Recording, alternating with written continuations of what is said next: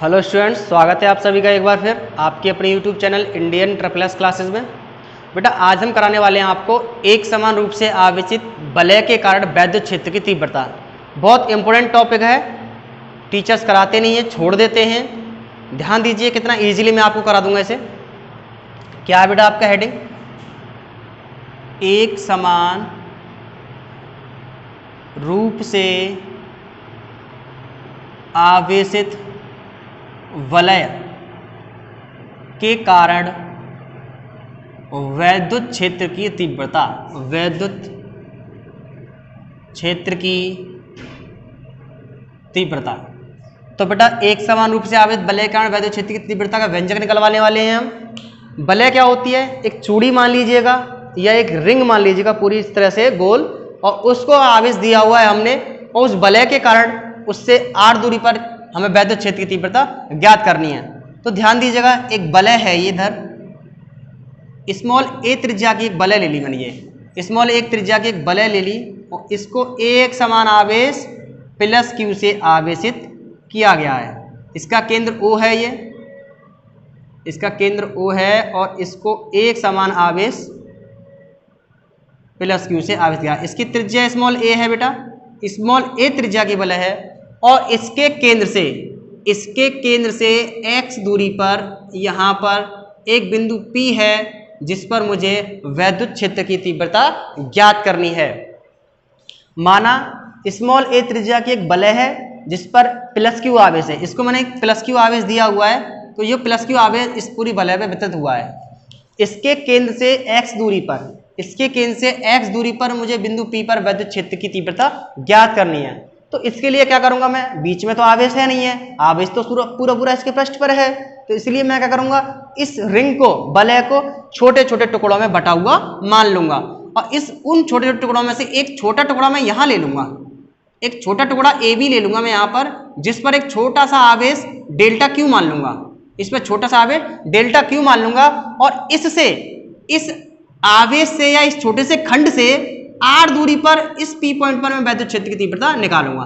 ये r दूरी मान ली यहाँ से यहाँ तक की मैंने, तो इस आवेश के कारण r दूरी पर इस पॉइंट पर वैद्युत क्षेत्र की जो तीव्रता होगी वो बाहर की तरफ होगी डेल्टा ई, इधर होगी डेल्टा ई। तो ये जो डेल्टा ई आएगी वो कितनी निकल के आएगी? वो डेल्टा ई निकल के आएगी प्यारे बेटा आपकी E = 1/4 पाई ऐसा naught into delta q upon r square. ये आपकी इस छोटे से खंड के कारण जो आवेश है इस पर, उसके कारण वैद्युत क्षेत्र की तीव्रता निकल के आएगी। लेकिन मुझे इसकी अक्ष, केंद्र के अनुदिश जो अक्ष है उसके अनुदिश वैद्युत क्षेत्र की तीव्रता चाहिए। तो इसका ये जो वैद्युत क्षेत्र की तीव्रता आई है इस दिशा में, इसका वलय की अक्ष के अनुदिश घटक क्या होगा? इसका वलय की अक्ष के अनुदिश घटक, वलय की अक्ष के अनुदिश घटक, अगर मैं इस डेल्टा ई के कंपोनेंट तोड़ूं तो दो कंपोनेंट टूटेंगे, एक तो टूटेगा नीचे की तरफ और एक टूटेगा इस तरफ। इस तरफ आएगा आपका डेल्टा ई कॉस थीटा, मैं यहां ऊपर लिख देता हूं ना दिख रहा हो तो, डेल्टा ई कॉस थीटा। ये थीटा एंगल है अगर ये वाला, थीटा, ये थीटा है तो ये डेल्टा ई कॉस थीटा और ये आएगा आपका डेल्टा ई साइन थीटा। ऐसे ही अगर मैं यहां से ऐसा कर दूं डैश तो ये ऐसे ऊपर चला जाएगा। तो मुझे तो केवल और केवल अक्ष के अनुदिश घटक चाहिए डेल्टा ई कॉस थीटा, तो वो आ जाएगा प्यारे आपका डेल्टा ई कॉस थीटा।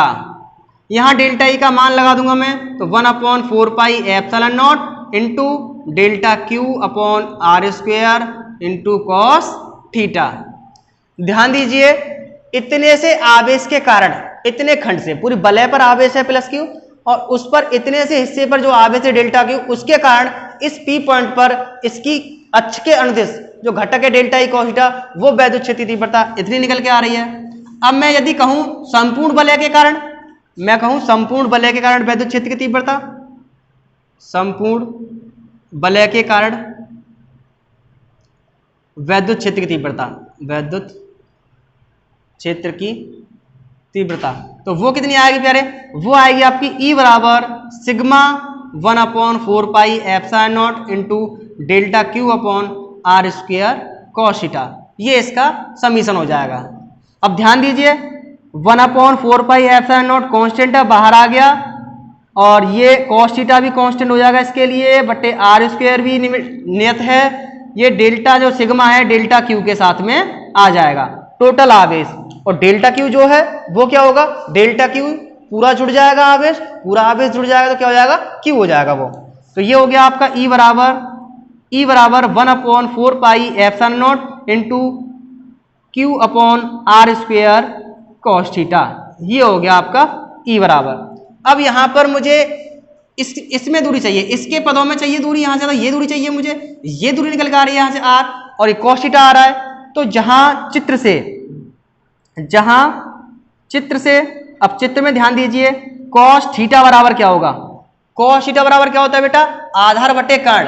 तो ये थीटा है, आधार ये रहा, कर्ण ये रहा, आधार बटे कर्ण, x बटे r, ये x बटे r आ गया, और कॉमा r बराबर क्या निकलेगा, अगर मैं यहां से कर्ण की वैल्यू निकालूं, r की वैल्यू निकालूं, तो एक कर्ण है, और पाइथागोरस प्रमेय में आपने अच्छी तरह से पढ़ा होगा, कर्ण जो होता है वो आधार के स्क्वायर के और लंब के स्क्वायर के बराबर होता है। तो r बराबर आ जाएगा आपका अंडर रूट में एक्स स्क्वायर प्लस ए स्क्वायर, या ए स्क्वायर प्लस एक्स स्क्वायर कर लो, इसको ए स्क्वायर प्लस एक्स स्क्वायर कर लो, बात आपकी है सेम, कैसे भी कर लो, आधार का स्क्वायर प्लस लंब का स्क्वायर, लंब का स्क्वायर प्लस आधार का स्क्वायर। तो r बराबर ये आ गया।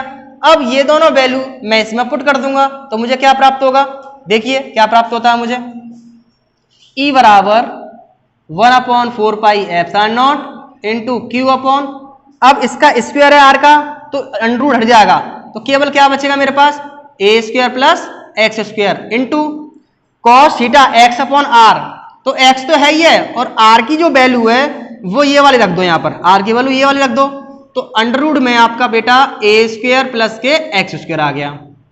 अब ये आधा और ये एक, इसकी पावर 1/2 है रूट का मतलब, और इसकी पावर 1 है, तो एक और आधा क्या हो जाएगा, 1.5 हो जाएगा। तो E बराबर हो जाएगा आपका 1/4πε0 इंटू क्यू, और साथ में आ जाएगा x बटे, ये दोनों हो गए ए स्क्वायर प्लस एक्स स्क्वायर की पावर 3/2।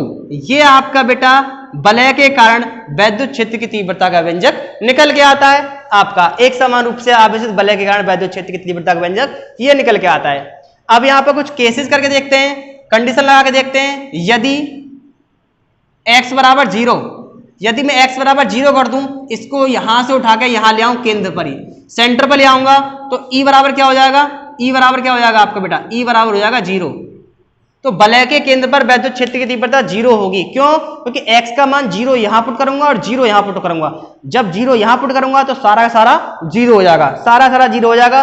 तो केंद्र पर, वलय के केंद्र पर वैद्युत क्षेत्र की तीव्रता क्या होगी प्यारे, 0 होगी, क्योंकि आवेश इसके संपूर्ण पृष्ठ पर वितरित हो गया है, तो इसलिए अंदर वैद्युत क्षेत्र की तीव्रता क्या होगी, 0। जब अंदर आवेश नहीं है तो वहां वैद्युत क्षेत्र की तीव्रता नहीं है।